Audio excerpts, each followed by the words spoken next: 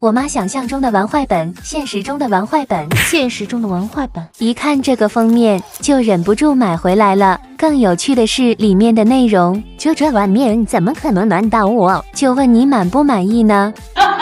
还有很多难度挑战，像我这么机智，肯定1秒完成。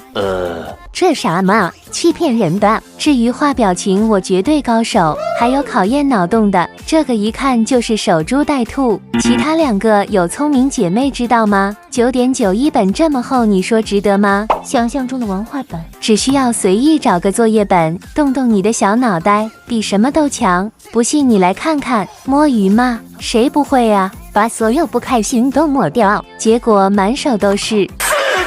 应该没有比这个更解压了吧？我猜你们肯定是作业太多，我剪，通通都剪掉。你看作业啥也没有了，哈哈哈。